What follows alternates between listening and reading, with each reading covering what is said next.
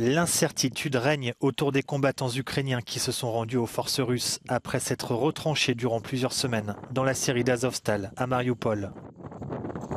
Ils sont près d'1 millier à avoir capitulé selon Moscou, la plupart d'entre eux blessés et à bout de force. Mais de nombreux autres, dont les commandants du régiment Azov, seraient encore à l'intérieur.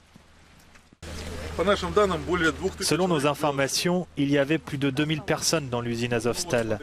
265 sont d'abord sortis, puis 617 autres. Et un peu plus de la moitié sont restés à l'intérieur. Selon le leader séparatiste de la République populaire autoproclamée de Donetsk, les militaires ukrainiens n'ont que 2 choix, être jugés comme criminels de guerre ou être exécutés.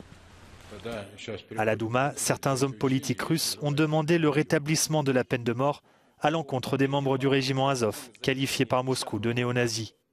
Dans ce contexte, l'organisation Amnesty International a exprimé son inquiétude concernant les prisonniers qu'elle décrit comme déshumanisés par les médias russes et la propagande de Vladimir Poutine.